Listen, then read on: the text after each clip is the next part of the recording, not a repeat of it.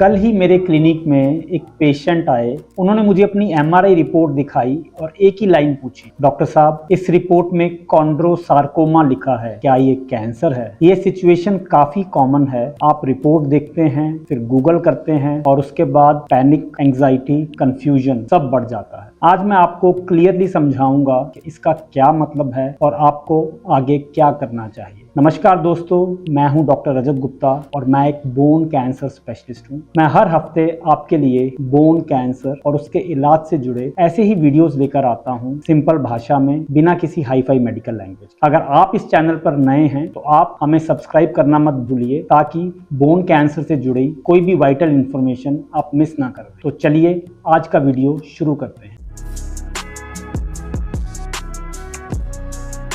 बहुत बार patients MRI report देखकर डर जाते हैं, लेकिन यहाँ हमें एक इम्पॉर्टेंट बात समझनी होगी कि एमआरआई का डायग्नोसिस फाइनल नहीं होता। एमआरआई हमें एक स्ट्रॉन्ग इंडिकेशन देता है, जिसमें रेडियोलॉजिस्ट इमेजिंग पैटर्न्स को स्टडी करते हैं और उसकी रिपोर्ट लिखते हैं, लाइकली टू बी कॉन्ड्रोसार्कोमा और सजेस्टिव टू बी कॉन्ड्रोसार्कोमा। लेकिन कॉन्ड्रोसार्कोमा का डायग्नोसिस 3 चीजों पर डिपेंड करता है। नंबर 1 क्लिनिकल हिस्ट्री और clinical assessment, number 2 imaging pattern और नंबर 3 हिस्टोपैथोलॉजी यानी कि बायोप्सी। जब हम इन तीनों चीजों को आपस में मिलाते हैं, उसके बाद ही हमारा कॉन्ड्रोसार्कोमा का डायग्नोसिस बनता है। इसलिए एमआरआई रिपोर्ट एक स्टार्टिंग पॉइंट है, एंड पॉइंट नहीं। कॉन्ड्रोसार्कोमा एक कार्टिलेज फॉर्मिंग ट्यूमर है जो अक्सर एल्डरली पेशेंट्स में होता है और कॉमनली ये फ्लैट बोन्स को इन्वॉल्व करता है, जैसे कि हमारा पेल्विक गर्डल या फिर हमारा स्कैपुला। कॉन्ड्रोसार्कोमा में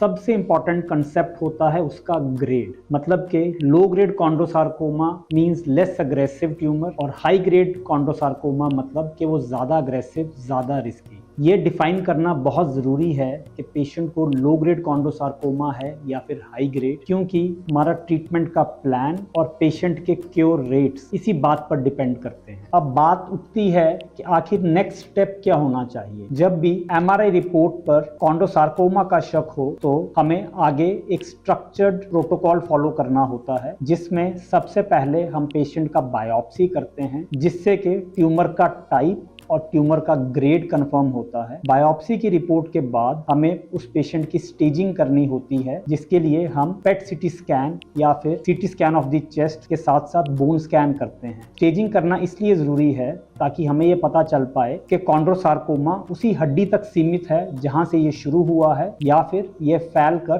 किसी और बॉडी ऑर्गन्स में चला गया है। क्योंकि हमारा आगे का ट्रीटमेंट इन दोनों बातों पर डिपेंड करेगा कि कॉन्ड्रोसार्कोमा का ग्रेड कौन सा है और कॉन्ड्रोसार्कोमा का स्टेज कौन सा है। कॉन्ड्रोसार्कोमा का प्राइमरी ट्रीटमेंट होता है सर्जरी। इसमें रेडियोथेरेपी या कीमोथेरेपी काम नहीं करती। कॉन्ड्रोसार्कोमा की सर्जरी में हमारा एम होता है कि ट्यूमर को कंप्लीटली रिमूव कर दिया जाए मार्जिन के साथ ही साथ पेशेंट का जो फंक्शन है वो मैक्सिमली प्रिजर्व किया जाए। तो अगर आपकी एमआरआई रिपोर्ट में लिखा है कॉन्ड्रोसार्कोमा, तो नेक्स्ट स्टेप पैनिक नहीं, राइट इवैल्यूएशन है। अगर आपको आज का वीडियो अच्छा लगा तो इसे शेयर कीजिए, और अगर आपके मन में कोई भी डाउट है तो आप नीचे कमेंट्स में उसे लिखें। तो मिलते हैं अगले हफ्ते एक नए वीडियो, एक नए टॉपिक के साथ। Thank you.